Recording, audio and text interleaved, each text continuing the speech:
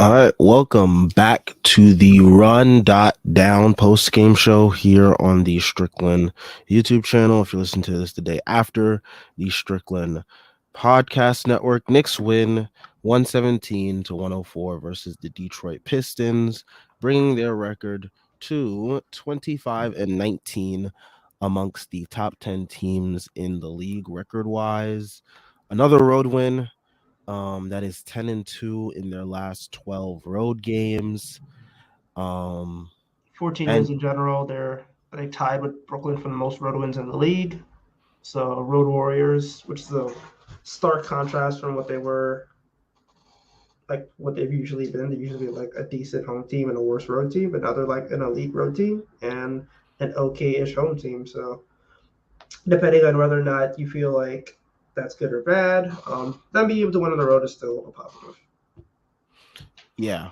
Um you know, um I mean, to just get into the box score of things, Julius Randle led the way with 42 and 15 rebounds, 4 assists. Jalen Brunson followed suit with 27, 5, and 4. And quickly off the bench, which was probably the only bench presence on the team, with 17, 3, and 3. Those were your three leading scorers for today. I mean, you look at the minutes. Shouldn't have even come to guys playing 40 minutes tonight, honestly. I think Brunson played the entire second half. Yeah, look, it appears so. I think he sat for like a brief, maybe like a minute or two stint, but like came right back in. But yeah, I mean, he played a lot. Randall played a lot, and it's sad that it had to come to, this versus the Pistons. Like, not even Pistons, like with Bogdanovich or anything, or Bagley, but like or Duran. I mean, they were missing like a good chunk of their like main contributors, and They're missing we, their starting five. Like basically yeah, their starting five. and we still had to, play our starters down in the fourth quarter. I try my best to come into these post games, like let me find all the positives to talk about. But like this team, they make it like so easy to like talk about the negatives. But I will talk about the positives. Julius Randle once again with another dominant performance. 42 and 15. I kind of expected this domination from him and Robinson on the boards, especially with the Pistons. No Duran, no Bagley, just Isaiah Stewart, who's like what 6'8", Yeah, and they six played seven what today. they played Kevin Knox at the backup center minutes. Yeah, I it mean, was filthy. it was easy to pick out Knicks rebounding props. Those all cashed. But yeah, I mean, just domination from Julius, showing once again that, he can play at this high level offensively. Defensively was meh. It was meh from a lot of the team today. I think a lot of them they mailed it in versus a Pistons B squad that they just like I guess either didn't respect or didn't care to like really put in that full effort because as you can see defensively, Pistons got the reason why they were in this game is because of a lot of threes. You had guys Killian, Kevin Knox, I mean Jaden Ivey, Sadiq Bey, all those guys just hitting a bunch of threes, which brought them back into the game multiple times. Guys just leaving them open. Um, but yeah, I mean, he did his thing. Jalen Brunson, once again, another great performance. 27 points. Three away from that, fourth straight 30 ball, which would have been, the first time since like what Stephon Marbury, the Knicks guard, has done four straight 30-point games. So, the 1-2 punch of JB and Randall have been, thriving and coming together at the right time. And, they're both making a case for All-Star. Sadly, Knicks fans have not been doing their due diligence with the All-Star voting, as only Julius Randle has come into the top 10 of his position in voting, Derrick while Rose. Derrick Rose is somehow the Knicks guard that made it into the top 10 instead of Jalen Brunson. But Knicks fans, do your due diligence, do your job. You know, get our guys into the All-Star game. I mean, at least get them at least try to get them higher in the votes. I have my trust that the coaches will do their job and vote in either Brunson or Randall or both, because I mean I, they're both having great I think seasons. I think it's looking like it might be both, just on a kind of like dudes are injured, and it's hard to deny. It's hard to deny Brunson, and I think it's harder to deny Randall because like the East front court is so weak. Um, you have of course like the core for KD, Embiid, Giannis, and Tatum, but like afterwards it's Siakam and then who. So plus the numbers he's just putting up have just been silly since December. So I think there's a case there, especially with the winning record and such. And then you look at the guards, like Halliburton's going to be injured for who knows how long. Um, Maybe Garland sneaks his way in there, but like I think they might have two, or if not two, like straight up, they might get two after injury replacements. So Yeah, but I mean, yeah, they've been as a dominant as a 1-2 punch as you can get in the league. Um, I mean, the points that they're putting up, the way that they're able to dominate offensively, whether it's I mean, both of them have picked up their 3-point shooting as of late, which has been very encouraging. yeah, Um, and one thing that's helped them out a ton, I think, is playing more with Emmanuel quickly. I feel like that's helped both of them.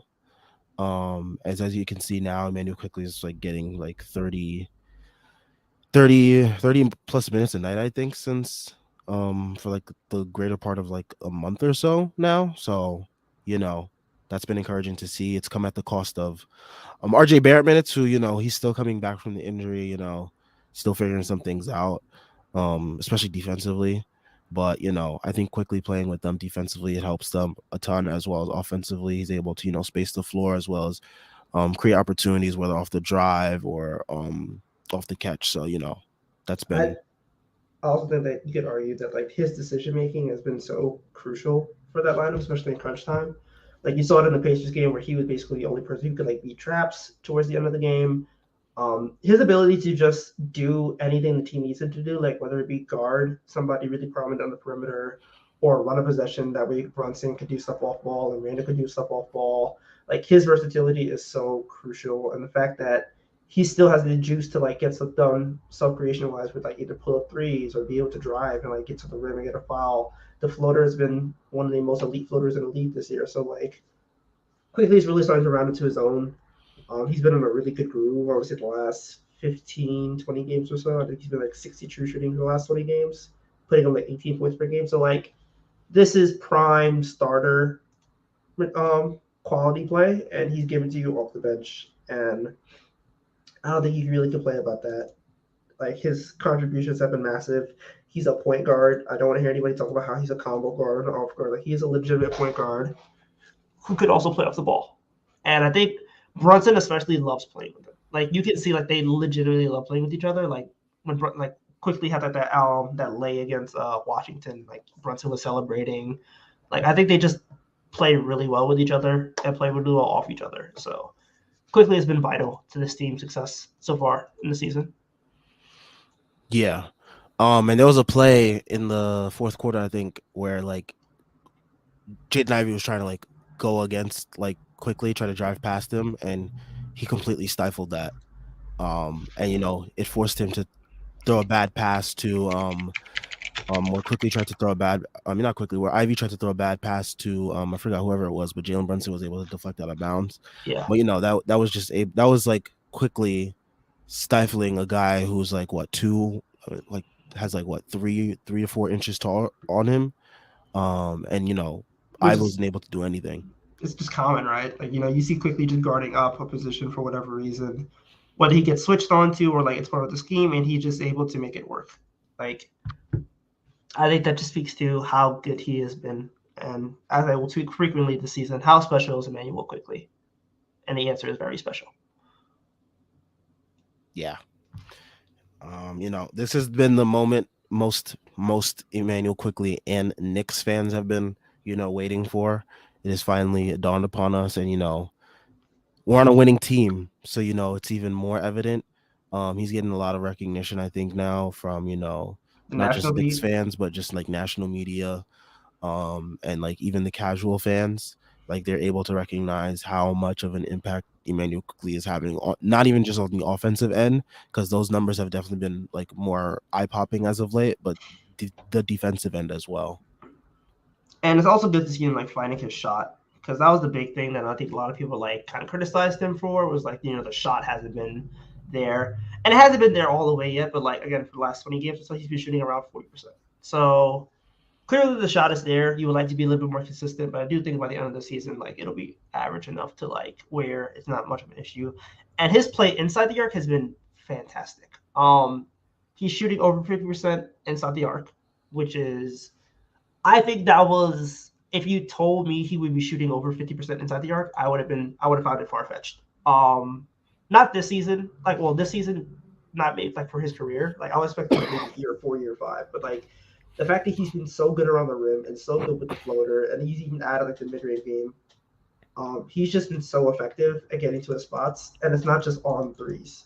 So Yeah. And yeah, I mean, I think, not only playing with those lineups in the closing minutes with those guys helps them. I think it also helps him as well yes, playing, he doesn't have to be like, because he spends a lot of his minutes with like mainly the bench guys with like Deuce, Obi, and Hart, and now with RJ, because RJ is part of that second unit. He plays with that second unit a lot. But I think, help playing with the starters as well as the bench and having like equal amounts of opportunities with both of those units definitely um helps what he's been doing as of late. yeah, he's been so vital for this team. I can't stress it enough. Like, his ability to play with starters, with the bench, play arm ball, play off ball, defend the best perimeter player, defend the second best perimeter player, be able to rotate, just whatever he's asked to do, he's able to do it. And to have a player like that on your roster is so pivotal for a winning team, and I love it. He's been good. Um, I think we could also talk about a bit about like the bench's futility in general. Um, Deuce only played 4 minutes. Obi played 9 minutes. Hartenstein played 11 and a half minutes. I don't think the Hartenstein minutes were too bad today. I know he had a -2, but I don't think he played so terrible. I did like his energy down the fourth when they started to pull away a bit. Um, but yeah, that bench unit has not been too prominent, and I think they do miss Alec Burks, who had another good game again today. 14 points, 4 threes for Alec Burks. So shout out Big Money AB. But yeah, the bench unit has been really, really rough. I just like it. Just sucks because Quickly's kind of the only guy who can do stuff with the ball in his hands in that unit. Miles can do it, but he seems really passive and like tentative when trying to do stuff like that. Obi has never really had that quality. He's more of somebody who like needs a table set for him, and the offense that we run doesn't really give these guys any favors for all of the and for like all of the uh the hashing we've done about like the offense and how the offense works and such. It's also rough when like guys can't put the ball on the floor or are scared to put the ball on the floor, and like they're not that good of shooters. So it's rough, and you kind of feel like you're gonna need them to do more, or you're gonna need more pieces. Because like it's making Randall play 40 minutes, it's making Brunson play 42 minutes, and that's not sustainable for the rest of the season. Yeah, it's not. Yeah, I mean, the bench definitely needs some help. You're just wondering where that's gonna come from. You expect them to make a trade, or at least a lot of people are expecting them to make a trade for someone. There's so many different rumors going around now because we're getting close to that trade deadline season. There's rumors of Caruso, which I don't really understand why. I don't see where he helps us offensively. I mean, I think that's where the bench needs the help offensively.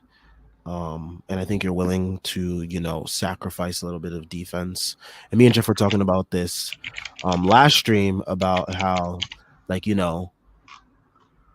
when we were talking about the Gary Trent trade, it kind of fits that bill of sacrificing a little bit of defense but getting some offense for the bench because they need it. And like you can't keep relying on, you know, heavy minutes from the starters so much, especially as we get down late into the season, closer to playoffs. You want your guys a little bit more fresh. You want, you also just want to have more options available to you as a team too. So, yeah. Yeah. I think in a vacuum, acquiring Caruso is a fine move. Like, he's super deuce, but it's also a matter of like, having a 6'5" guard who can like defend the perimeter as well as he does, can really play guard 1 to 4, is a decent offensive player, even though like he doesn't take a lot of shots. Like, he's still efficient enough to like where like you can have him out on the perimeter and he can hit his threes and he can like do stuff inside the paint. Like right now, I think he's at 57 true shooting. So like he's not a bad offensive player. You would just like to see him do more, but that's not his game. But if you could acquire him for cheap, I'm okay with that. I would just want another move alongside of it. Yeah, definitely. Like I would want somebody who can like shoot more. If you want to acquire him for the sake of like, okay, let's acquire Alex Caruso and then like have him under contract for 2 years, making less than $10 million. That's fine to me. But like I would need another wing. I need somebody on the wing who could like, actually help quickly and relieve him of like having to do everything for the bench unit. Because going from one of the best bench units to one of the worst bench units, despite getting Brunson, has been like a really big weakness of this team, is where it's like their starters have to play big minutes because the bench unit can't really give us anything. Yeah. All right. Should we talk about let's talk about Grimes. A lot's been made of, his drives recently. I think we're noticing that teams are sitting more on, that pass that he likes to make off drives to the point where he's not really taking as much layups. I saw on the timeline, I think it was either you or Stacy that was mentioning Yeah, about it. both of us. But yeah, he definitely does need to be more aggressive in his takes. Defenses are expecting that that dump off pass to, the big in the dunker spot. So, he's gotta diversify that a little bit more. Yeah, like I think it's really predictable. And I know he's not bad at layups. Like he's shooting really well on twos. So I would just like to see him, like Stacy said, like have a counter. So like if people expect to jump, the dump off pass to the big, which is like a good read. It's not a bad read at all. Like you want your wings to have that pass, but you also want them to be able to like just take it to the cup. And he has his moments where like he wants to yam it back on people, which I respect, and I love a good highlight. But I would also like him to just like just lay it up once in a while. Like just give yourself that ability to like lay it up, because he could finish through contact. I know he could like absorb the bump because we saw him do it before, where like he literally got the contact to the bump and got to the line. So I think it would benefit him. I think it would benefit the offense. I think it would be a situation where like now you can like have a counter. So like, is it going to the big? Is Grimes going to draw free throws off of it? And I think the Grimes that could like draw free throws could be even better than we've already seen. So I would like to see that counter. I would like to see him do that. And I think he can. It's just a matter of like not making the first read his dump off pass. Yeah. What else should we talk about?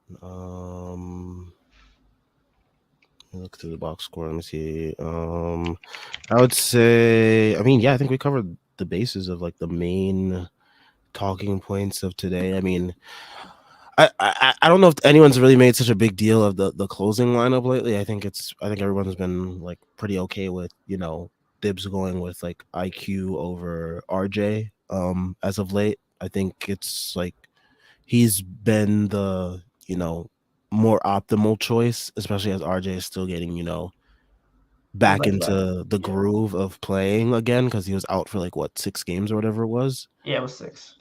So yeah, I think it's been totally fine to have IQ play over him. IQ, has definitely been more on top of it defensively, and also it's like it's not like it's not like RJ's getting benched for anyone that's like a vet or like some like scrub or something. It's like he's getting benched for like another good young player on the team, and when RJ has it going, he'll definitely close once again. So it's like it's definitely made Tibbs' job easier in terms of balancing the minutes, which is something that I was concerned about because I was like, there's no way that you can go to IQ playing like 25 minutes again when RJ comes back because he's just been so good.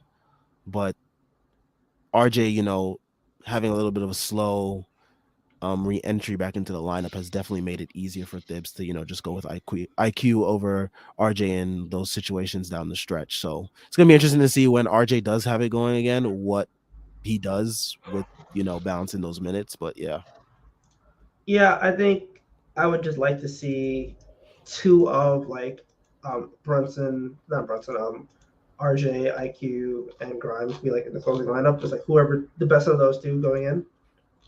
I don't think it should be static. I do yeah, think ultimately speaking, like you're gonna have a situation where um two of those guys are on the court, and maybe even all three of them, depending on like how Mitch is having. If like you want to run a small ball lineup, you do like all five of them. So it'll be interesting to maneuver. And if they get another guy, how that fits into the equation as well. But yeah, like I wouldn't make too much of it. It's his third game back from a finger injury. He's still definitely getting his cardio back. He's still getting his legs back, and I expect him to ramp it up once he's comfortable doing so. yeah. Um, quick notes here: Knicks are 6-1 in 2023. That's best in the Eastern Conference. Um, you know that's pretty damn good. Yeah, like Um, the Knicks have been a good team, and like it's weird to say because I think going into the season we were like this team isn't as talented as we thought it would be, but like they have three legitimate all defensive players or all defensive caliber players. They have two legitimate all stars. RJ Barrett is still like finding his groove, but he's still like a high end starter. So you look at this team and you look at like, like there's just so much here to work with. And you know that they have the picks, you know that they have like the really good drafting acumen. And it's hard to not be excited about this team because in fact this is supposed to be like this is supposed to be like year one of this team like starting to find his identity, and I'm like, this is more of an information year. And the fact that they're already this good in an information year, especially after starting out the season so poorly as they did, like it's hard to not be excited about like where this team can really split go. And honestly, like there's still room for them to move up in the standings because like they're not too far behind Cleveland, they're not too far behind Philadelphia, and there are going to be some games around them against those guys coming up. And I wouldn't be surprised if like they give them a real battle. yeah. I mean, my only concern in those matchups is, we do still give up a ton of open threes, and those teams they have higher quality shooters than the teams that we've been playing lately. So there's that. They do have to clean up their act defensively. When it comes to leaving guys open, but there is, we're not too far behind, the other guys in the East. So Yeah, like I think they're right there.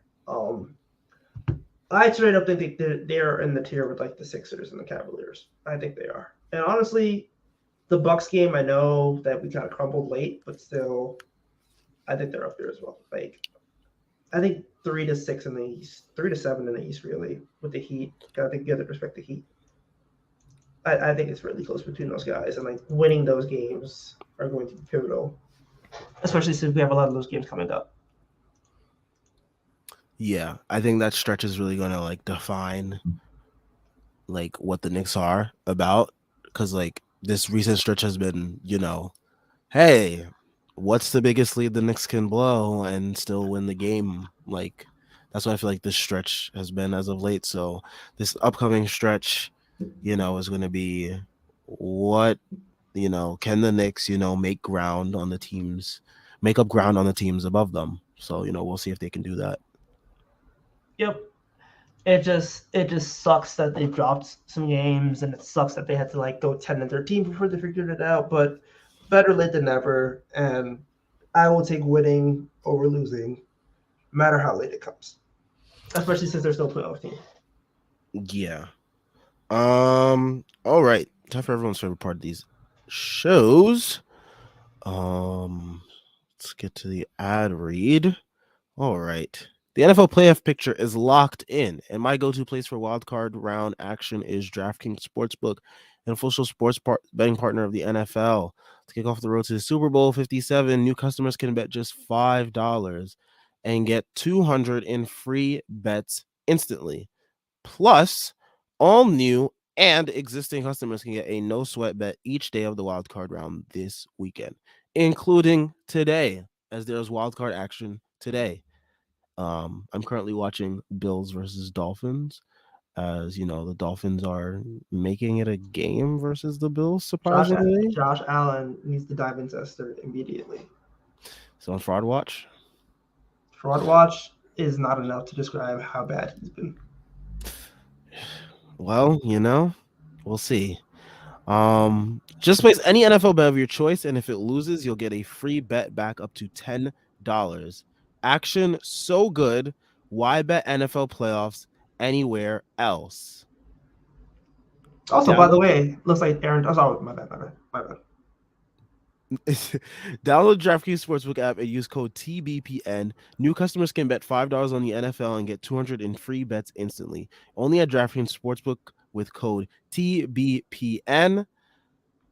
In minimum age and eligibility restrictions apply. See show notes or show description for details. As Gabe Davis gets a toe tap touchdown. Gabe Davis gets a toe tap touchdown. Aaron Donald retired. It's a weird day in the Aaron NFL. Donald retired? Yeah, apparently. Wow. Just a quiet update of the bio, and he just says former NFL defensive lineman for the Rams. Interesting. What a Man, way to just announce it. yeah. He should have went out after the Super Bowl. To go out after this like pathetic season that this team had, then I don't know. It's okay. Dexter Lawrence is taking the mantle, so it's in good hands. All right. Let's get to some comments now. All right, let's see. As Arthur says, 9 minutes for Obi when we play in the Pistons is gross. Yeah, I think he probably would have played a lot more if this game was like out of reach for the Pistons. The Pistons made it a game, so we had to rely on our starters because our bench just didn't have it. I do get your point though against like the Pistons. They're playing small. There was a point at the end of the first quarter where Thibs went Obi Randall like very briefly, but then like for the rest of the game he just never tried it. But yeah, it's going to be he's also someone that's like ramping back into form too. So I'm not too upset at his minutes right now. But like I said, I do think if this game was a blowout, I think he would have played a lot more, and that would have definitely helped him, get into some type of rhythm. But there's still some time for him to, get back into game form. Yeah. I don't want to say I'm worried about Obi, but he's definitely like lost. He definitely hasn't. I think he's regressed from this season. And granted, I understand that like his context hasn't been that great, but I feel like he's lost touch around the rim, like especially like those two putbacks that he just missed, like back to back. Like he had the Hartenstein play from a few nights ago, and that was like rough to see. The three ball hasn't been there. They've been blocking out his leak outs and transitions, so he's not getting the cheeky key buckets he used to get.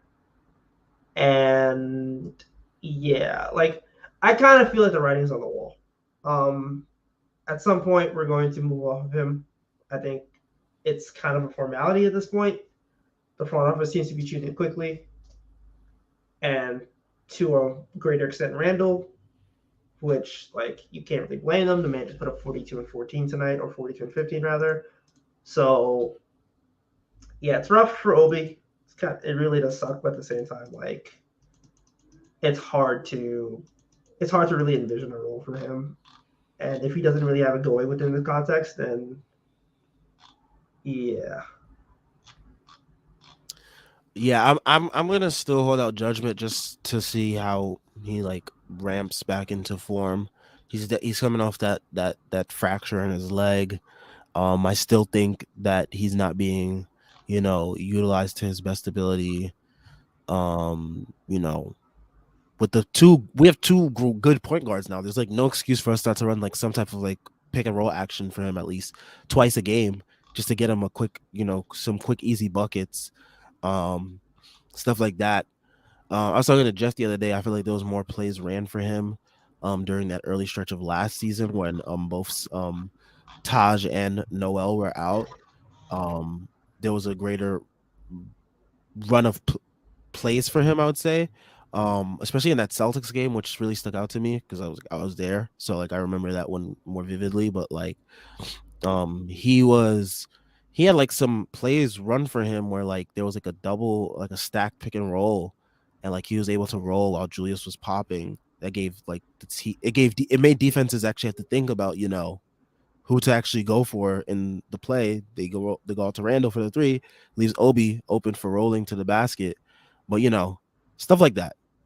I feel like there's little things like that we can do to make his job easier, and optimize his role while also expanding the offensive arsenal of the team.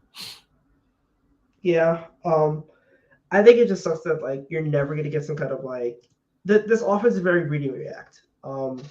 They have one play in the initial part of it, so like a high screen and roll, or like some kind of like pistol action. Like you could tell the play. It's like some get downhill, make a rim read, pass out to open shooter, get downhill, pull up for shot, get downhill, get to rim. Like it's a very simple offense, and it requires a lot of like creativity and a lot of like free flowing offense. If you watch the Raptors, it looks really similar to the Raptors offense.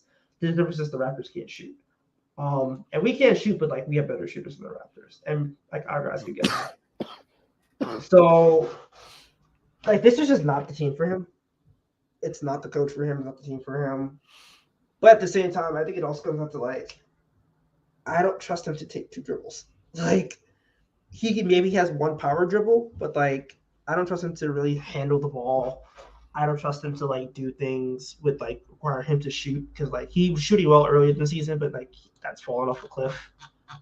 Um, Again, the finishing has been bad. The touch has been worse. So like I don't think he really does anything well on the court offensively right now, which sucks. And it's like when he's not doing that, sure he might have a positive plus minus, but the team is actively like not looking to him in situations like that, and he just kind of is like existing there and benefiting from like guys like quickly playing guys like quickly in Brunson, you know, more than like being somebody who's like able to reap the benefits of their gravity. Yeah, I mean, we'll see. We'll see how things play out for him. JL says we have to be the worst team in the league at closing quarters. 17-point lead cut to 7 in like 3 minutes at the end of the second. Yeah, they really went on a run at the end of the second. A lot of threes that it seems to be the bread and butter of Knicks collapses. Um, a lot of threes, a lot of lackadaisical defense. I'm gonna actually go back and read the end of the second quarter to see, you know, how it went. So, we missed some threes. Killian Hayes hit a three. We also had some turnovers too that didn't help us out. But yeah, let me get to this run right here. So we're up about 55 to 40. No, 58 to 40. Livers hits a three. Quickly misses a three. Um, we missed some shots. Grimes fouls Knox. Shout out to Knox. He had a good game today. Um, I know you hate him. Like, God, I put on his jersey hoping that would like reverse jinx him, and it did not. Then he hits after he gets the two free throws, then he gets a three. So he gets like 5 points within a matter of seconds, literally. Um, Randall gets a layup. Then Bay gets a dunk. I think that's when he drove by quickly. Um, Grimes misses a fadeaway. Then Knox gets another layup. Brunson turnover. Um, Sadiq Bey gets that steal off Brunson. He had a bad pass. Sadiq Bey misses the layup. Livers gets the rebound, kicks it out to Killian Hayes for the three. and that's how 18-point lead becomes 7 in the NBA. Just a couple some turnovers, foul a guy, and let them get some momentum, and that's how it goes. And I mean, pretty much for the rest of the game, even though we we pulled away at times, we kept letting them back in the game by hitting threes, by getting some, you know, and ones. Jaden Ivey made it a point to, really get aggressive in that fourth quarter, early in that fourth quarter, and that's why we had to bring our starters back in. But yeah, I mean, Knicks, they really got to clean up those things right there. Yeah, it just kind of feels like this team has mental lapses for 5 minutes at a time. They kind of just like forget to play basketball, and they do the things that were winning. They build up these huge leads, and then they just kind of collapse. And again, it's hard to say that isn't coaching because you know what this team does when they have big leads. They go into their shell, they play conservative, they get away from the things that build leads in the first place just to piss it all away. And then like when they piss it all away, they get tight. So again, feels like coaching, but they're not gonna change their coach anytime soon, which we can sit here and talk about how good or bad that is, but like it's gonna be the reality. Like they're not changing coaches. So yeah, it just really sucks to watch the execution of this team. I'm just glad it didn't happen in the fourth quarter, happened in the second, which like maybe that's good or bad depending on how you feel, but like at least they were able to at least close out the fourth quarter. So Yeah. All right. As Arthur says, if we do right by Rose and trade him, what or who do you think we can get? a pack of menthols, maybe some post-it notes, some 2% milk, Oh my gosh. a fax machine if they're feeling frisky. Like Derrick Rose has had a very good career. He's had an illustrious comeback from injury. I think it's safe to say he's washed. Um, and that's not a knock on Derrick Rose. He's 34 years old. It's okay to be washed at 34 years old. I don't think you're getting a good return. Yeah, not everyone's, LeBron. They're not gonna like look at like the high still at like play at a high level Exactly. late super late into their career. The fact that, Derrick Rose is even able to make it to like 34 in the league still, is, a testament to like his, drive and being able to come back from those injuries and whatnot. So, kudos to him. Yeah, like not everybody can be Taj Gibson. That's okay. Um, Shout outs to Taj. That spin fade midi on Friday is still like insane for Taj. But like, yeah, I don't really think you're gonna get much back for him. I think what they're going to likely be doing is like they're saying that's like save face, but they're probably just gonna trade him, and then the team whoever trades him is gonna buy him out, and then he gets to like maybe bring Chase if he can. Yeah, if anyone wants to like sign him to like be on the bench just in case they need like a break glass in case of emergency guard. I could absolutely see like the Warriors kind of signing him, but like Bucks. Bucks, yeah, I mean Bucks got George Hill and Javon Carter, like they could definitely make him work. Yeah. So yeah, like I don't think they're gonna like trade him to only like I don't think like he has a no trade clause essentially where like you can't send me here. I think the Knicks would probably like if anything they like send an asset just to like promise okay hey we'll do this trade but like you buy him out afterwards and that's like their way of like keeping it even. Yeah.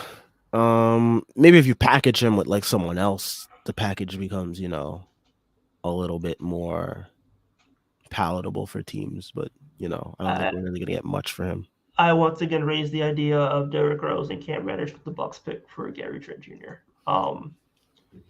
Actually, probably just do Derrick Rose by himself. Like salary will work out, but like, yeah, I think they'll probably use him just like as a way to get more salary on the books that they feel comfortable with. And again, 14.5 and expiring salary is going to be good to teams who have like assets like oh maybe a J Crowd. No, let me not say that. Let me not say that. I don't want Boston on this team. But yeah, I mean like I think that's they're gonna use him to like get somebody that they want instead of like him being like the asset. Yeah. All right. Let's see.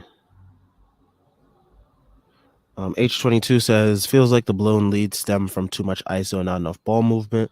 Definitely, definitely. I mean, that's what leads to like the collapses. Late in the fourth quarter after the leads are blown. But yeah, I definitely think the isolation, not enough ball movement. I mean, that's like a staple of this team's offense, though. So it's like that is just going to be a constant symptom, um, of the way this team plays. Like, Yeah, yeah, like there's no other way to put it. it's unfortunate, but at the same time though, like I also think the situation of like when they do move the ball, it kind of just ends up in Brunson and Randall's hands anyway. Because like who's take like they could throw the ball to like Grimes, but if Grimes is just going to drive, not like what he sees, then reset it and goes back to Brunson. At that point, you're just like, okay, well Brunson's got to do something because we have like 6 seconds left on shot clock. I do think it's like they're both symbiotic of each other, where it's like, yeah, the ball's always in Brunson and Randall's hand, but it's also like because of necessity. If guys don't want to take shots, if guys want to be timid, or if guys are taking shots but they're not really making them, then the ball then naturally is going to end up in the hands of like your two hottest guys, your two best players. Especially when like Grimes doesn't have it going today, Archie didn't have it going today. Mitch is like you're not really going to look to Mitch for offense, even though like I think they could have looked to him more because the Pistons were playing nobody over 6'10". But at the same time, with like when a dude is hot, a dude is hot, and that's kind of how you're like the league goes, where it's like, okay, this dude's hot, we're let him cook. Yeah. I mean, there was like a whole bunch of possessions in the third quarter where like the game was getting close to like the game was getting the Knicks were having a whole bunch of possessions where it was getting late into the shot clock and there was like little to no movement at all. And I think that's like that was another part of the game where the Pistons were, making a game of it. The game was still close. It was like the game was like ranging from like an 8 to like a 12-point game at various points within that stretch. But yeah. Yeah, it's just like this team is gonna ride those two guys balls until the wheels fall off. So like, for better or for worse, that's just how it's going to. That's how it's going to be. And until it doesn't work, which it really doesn't work because realistically this team has been built racing a ton of teams, then what can you do? Yeah. All right. Let's see. Chris Bernhard, he says, man, if this team could get Gary Trent Jr. an upgrade backup center since Thibs refuses to use Sims, they could do something interesting in the postseason. I think, yeah, I mean, it's so weird. I mean, Hartenstein has actually been pretty decent lately. He's been decent, but like again, like It's not something that I can like fully trust. his bad is so magnified because he just looks dorky doing it. Like And plus, since our defense relies on the center position so much too. yeah, like when he's having a good game, like in the Wizards game, like it's a really quiet, it's just boring fundamental shit. Maybe like a good block, but like not like a highlight block like Mitch. But when he's bad, he just looks uncoordinated. He looks rough. It looks like what the hell are we doing here? Which is really unfortunate because I feel like he's like even this game today, like I feel like he had a really solid game. I didn't I really mean, he call him. probably had his best defensive play as a Nick. That Yeah, block on Diallo. no, he looked like white LeBron. It was good to see. So like I think he's had a couple of good games. I would like to see Sims, but like at the same time, they're like the same age. I think Sims actually might be a little bit older. I can double check that real quick. But like, yeah, man, I it just kind of feels like um Sims trusts Hartenstein more, which Is so weird because Sims actually fits the profile of what he wants at center. And he's like stuffing Hartenstein into that role when he has Sims right there, which fits the bill seamlessly, basically. yeah, yeah. It's so it, weird.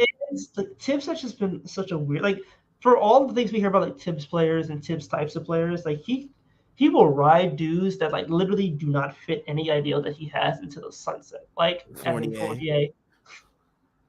Like I can understand Alfred Payton because like the defense first, we were pressure or whatever. But like then he which he rose. was absolutely terrible at. Yes, yes, of course that's implied. But like it just made no sense. Um it made no sense to me to ride someone like Evan Fournier, especially when he doesn't fit your ideals. So, but yeah, like I think with Hartenstein, if they managed to leverage his passing, he would be so good, man. I just want him to leverage his passing more than like ask him to be Taj Gibson essentially. But it's not gonna happen, so I shouldn't even try to get my hopes up. Yeah. All right. Let's see. H22 says Mitch had some small players on him and we didn't throw it to him. Yeah, I mean this team isn't really gonna like feed Mitch in the paint that often. I mean, Mitch is really gonna get his bread and butter offensively from putbacks and lobs. Um, and our offense doesn't really is not really like based upon pick and rolls and stuff like that. So yeah, Yeah, like they also cannot throw an entry pass to save their lives. that Like too. like entry passing is a lost art, but like the Knicks especially, I think we like already had two turnovers today where like we were doing an entry pass and then they just got either took it away from somebody or just swatted it. Like there was one to Randall and there was one to Mitch, and we just cannot throw entry passes, man. Like it's bad. Like we are a bad passing roster in all facets. We're just a really bad passing roster. Like this offense is top 10, and this offense is top 10 based on like ISO, based on like just really, really high 2 point efficiency and straight up getting to the free throw line and converting free throws at like a decent clip.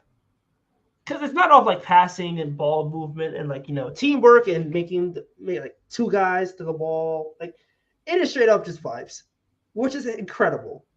Which again speaks to the talent of this roster. But like yeah, like this team is top 10 offense, top 10 defense, and like the defense, sure, I think is more like effort, but we don't defend the three as well as we really could. But yeah, like this is just it's so wild. This team is like as good as it is because like if you look at the way this team is coached, you'd be like, okay, this team should be like below 500, but they're not. It's just they have wildly talented dudes outperforming their value. Yeah. Yeah. So shout out to the players on this team. I refuse to give credit to the head coach. Um, Kill me for it. I don't care. JL says Randall would be a lock on everyone's All-Star ballot if not for last year, but that previous season reputation is hard for him to shake. Definitely.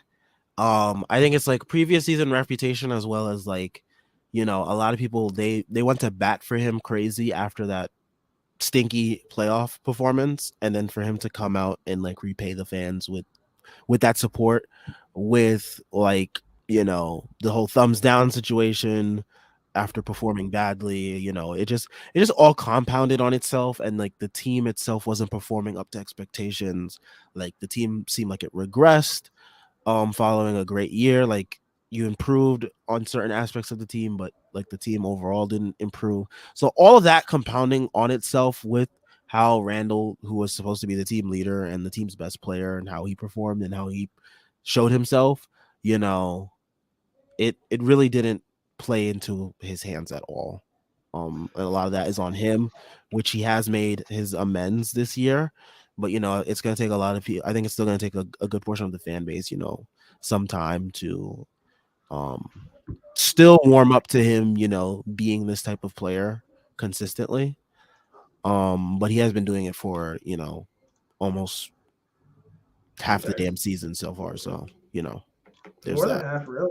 Like since like mid-November, he's been like this. And yet like I think he definitely lost a lot of goodwill. He has to earn it back. I don't think really with the coaches he would. I don't think he's lost too much respect with the coaches. I feel like even when he was bad, the coaches still like respected the fact of what he can do. Um, I think my thing with him is just like it's just it's just kind of rough that he okay, I lost my train of thought. Whatever. I do think he has the media on his side though. Like uh he had the media push in December. You see like a lot of like aggregation for like his stats. And like it's hard to deny him when like the dude's putting like 5 threes in a quarter or like 40 points at Christmas and stuff like that. So like I definitely think he has the media on his side. I think Brunson's gotten a little bit of it now. And honestly, like this might just end up with the both of them getting it. Like we're gonna get at least one. I think it's easier to make the case for Randall than Brunson right now. Even though Brunson's been like really, really good, but there's still Harden, there's still Halliburton, you still have Garland and guys like that. You still have Jaylen Brown, who's going to be a shoe-in. DeMar DeRozan, despite the fact that he hasn't played in a few games, like he's still somebody who like demands that respect around the league. And so I think it's definitely like a bit of a packed ballot at the guards. But at the front court, like unless you're giving the Heat 2 All-Stars, like who's really going to beat him out? Because like even if Butler gets in, then Randall's going to be the other guy who gets in. Because you can't have Randall and Bam. And like someone like Jared Allen is the I'm sorry. Like Jared Allen got in last time because the game was in Cleveland. He's not moving the needle like that.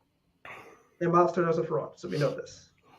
And after that, like nobody else is like even has a case. Like you're not putting Porzingis in there, you're not putting Kyle Kuzma in there. So I wonder if the All-Star game was in New York, would Jalen Brunson and Randall be like basically like automatics the way like Jared Allen um Garland were?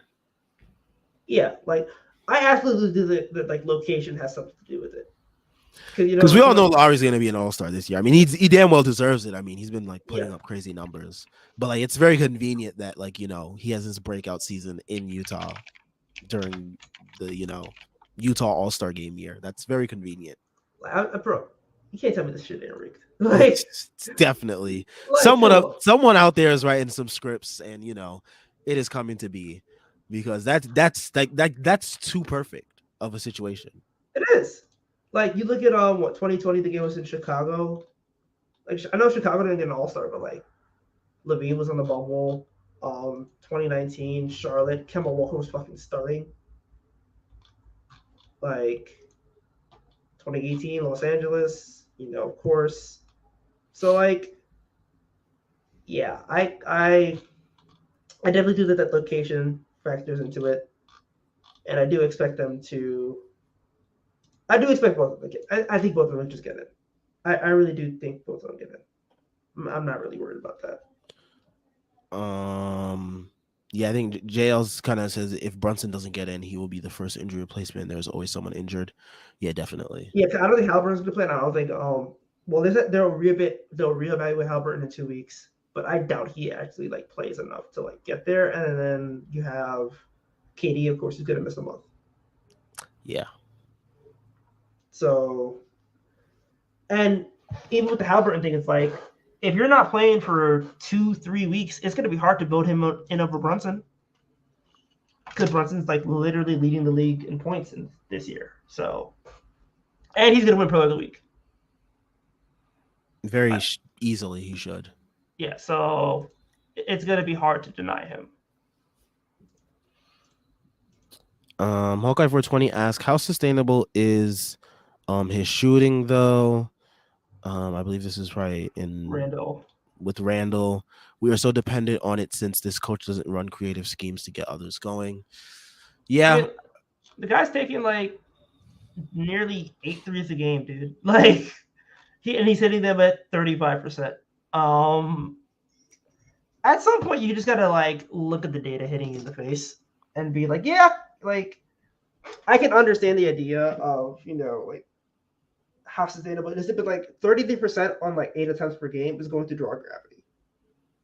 I think it's less about like how efficiently he's hitting them, but it's like the fact that the guy will put up 10 a game if you let him, might be able to hit 4 or 5 of them, and the fact that his first quarters have been him basically hitting threes and rolling, it's going to give him gravity, and that's all he really needs. It's less about like the percentages and more about gravity. It's Marcus Smart theory, and the Marcus Smart theory, if you guys don't know about it, um, it's essentially like Marcus Smart is not the best shooter in the world, but he will launch them and he will have a game where he hits like 4 threes. And if you're dealing with a player like that, then you might as well contest them because you don't want to have the game where he has 4 threes. So yeah, like that's why Okay. when someone sorry. Okay, for 20 also adds on. What about versus contenders? Does the quality of opponent matter? I think it does to a degree. Um, because like I think you see versus certain opponents, you know, how this team performs, not even just defensively but offensively as well. I think versus better defenses, they might goad him into taking more of those shots as opposed to, balancing the quality of shots, that the quality of his looks. But I think having guys on the court like a Brunson and an IQ will help mitigate that to a degree. Yeah, it's just I don't think quality opponent really matters. I really do think it's like the individual player and like how coaches respect them around the league. Because like bad teams get all stars. Someone like Trey Young, what has been an all star twice in his career, and he's been on bad teams for a lot of it. DeJounte Murray was an all star, and he was on a bad Spurs team. So like I don't think it's much about like I think it's just individual performance. And when you're performing to the level that's so high, like Julius has been, it's hard to deny you. No, I think he means what about contenders like the shooting. Um, Oh, yeah. And like how he plays offensively versus like contenders versus like um other teams. I mean, but like he's had good games against like the contending type teams. We just haven't won them. Like he had like the Sixers game. He had a really strong game against the Sixers. Uh, so I don't know. It's a very weird thing. And I think we got to see how it looks going forward. I mean, we have a stretch coming up, I think, where we play a whole bunch of like contenders or at least close to contending teams or like better teams that we've been playing so far. I mean, tomorrow we play the Raptors. That's always a very interesting matchup, despite their record. Um, then we play the Wizards again. I'm trying to find this stretch where we, because like this week is a bunch of like sub 500 teams that we're playing. So Let's go streaking. yeah, but yeah, we start playing the Cavs next Tuesday. So I think that's the stretch. Yeah, that's definitely the stretch of games because then Thursday we play the Celtics. um, then we play the Nets on Saturday on ABC. Auto loss. Just like don't even worry about that game. Yeah, That's a loss. that's an Ben Simmons, automatic loss. We haven't We haven't never beat Ben Simmons, and we've never beat the Nets. in Thibs' tenure. Yeah, so but yeah, that's the stretch where like this will like make or break. Not even not make or break the team, but like you'll really see what this team is made of versus quality opponents, and you'll see what our players are versus quality opponents. So you know. Yep. I'm really am looking forward to like seeing how they play because like I think they can beat. I do think they can maybe like give the Celtics a game, and I think they can beat the Cavs. Well, it's on TNT. We play the Celtics pretty well when we play them on TNT. So True, true. it is in Boston though. We need Ever Fournier to dust off the cleats, not the cleats, dust off the Pumas one more time. Yeah, I mean, it'd be perfect time for A good 30 bomb from the bench. Anybody can drop 30 to the bench, dude. Like I would enjoy that. So next game is versus the Raptors. Tomorrow on MLK Day. At 3 o'clock in MSG. Oh Um, shit! Right. Raptors games are very interesting. We beat them the last time. Another game that came down to like down the stretch, crunch time, where Jalen Brunson got that clutch and one to really, put us ahead. But then before that, that was the game at MSG where they broke our win streak. So we'll be playing prison ball tomorrow on MLK Day. So it's gonna This be is very not. interesting. This is not the free at last that Martin Luther King talked about. Maybe a Gary Trent Jr. audition game, We playing. possibly. We playing back in the bus for Rosa Parks. Cause that game ain't gonna have no spacing. But yeah, I mean, it could be a Gary Trent Jr. Audition game. Um, we'll see how we handle Siakam in the Garden again. We did a pretty damn good job on him last time. I'll say that. Because Um, Grimes actually played. yeah. So Grimes will be playing this time once again. Hopefully, we can be better in the paint too. With Mitch. Was Mitch in foul trouble that first game when Siakam went off? I think so. I think so too. So if he can stay out of foul trouble and hold down the paint while Grimes, because him and Grimes have that nice synergy on defense where like they're able to like stifle guys on the perimeter, and then once they get to the paint, it's like, oh, Mitch Robinson's right there. Like I can't do shit now. So it's like they have that nice chemistry. They kind of displayed it against John Morant in the first half of that Memphis game at MSG, and it's gonna be great to see if they can replicate that versus Siakam. But yeah, we did a good job on him last game. Um, Let me find that box score of the last game because I forgot early how it went offensively for the Raptors. When was that game? The first Raptor game, it was like Fred VanVleet was running us up, and it was Siakam. No, And no, the last one that we played them. oh, Oh, I yeah, found it. yeah, it's Gary Trent Jr. doing like he's like the Yeah, it only. was Gary Trent Jr. and Fred Van Vliet. Man, Fred Van Vliet loves playing against this man because he'll stink like shit versus everybody else. But yeah, he had 28, 8, and 7. Jesus. But yeah, we gotta stifle those guys. They're another team like similar to us where they don't really get much bench production. And their starters play a lot of heavy minutes. Um, Scotty Barnes once again had another stinker versus us, 2 for 10. So Scotty Barnes stinkers are like breathing; they just but happen. yeah, it's funny because like the first time we played them, he had a 1 for 10 game, and then the second time we played them, he had a 2 for 10 game. So he got double the production. He might have 3 for 10. He might have 3 for 10 tomorrow. Maybe. And he was the only minus out of the starters when we last played them too. That would have been bad. But yeah, I mean, if we keep Siakam in check and keep one of Gary Trent or Fred, I feel very confident in our chances. Tomorrow. Hopefully we just don't get a big ass lead, because then we'll know that we're gonna blow it eventually. So if the Knicks can just keep the game within striking distance and then pull away at the end, then that's great. It would be so un-Knicks like the last couple of weeks, but I would take that. I would love to have a game where like the fourth quarter is pretty calm. Yeah, because we haven't had that. I mean, like today would have been the absolute perfect day to do that because we play the Raptors tomorrow, and that's always like a very physical and grueling game, and you kind of want to have your full rest for that game. So it would have been great if we could have like pulled away early in this game and then had our guys resting so that way tomorrow we can be ready for the Raptors and prison ball. So Wade in the water ball on Martin Luther King Day. What the ancestors really dreamed up.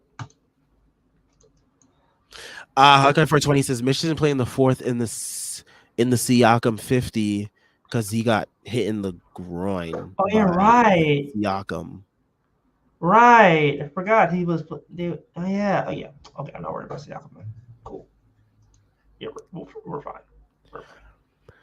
All right. I think we're gonna end things off here because I think we talked about all we can with this team, as well as the Giants are about to start their first playoff game in 7 years, and I'm trying to be tuned in for that. So 100%, 100%. The Knicks won. Hopefully, Giants can win. Make it a nice clean sweep of Sunday. New York team's winning. We will catch you guys tomorrow after the Raptors game. It is a 3 p.m. matinee. Last time the Knicks played a 3 p.m. Monday game, they smoked the Suns. So hopefully they can do the same to the Raptors. But we'll be back tomorrow. Um, Shout out to everyone that left a comment that tuned in. Make sure you guys leave a like and subscribe. We are on our way to 1K subs, so all that you do will help with the algorithm and whatnot. Also, check out everything Stricken related in the description. We got links to the site, merch, Patreon, and Twitter. All great ways to support us as we continue to expand and grow. We are also on Instagram now at thestrict.land. Just another great way to, absorb some Strickland content. If you are not on Twitter, you can always follow us on Instagram. So there's that. Catch you guys tomorrow. Enjoy your Sunday. Peace out.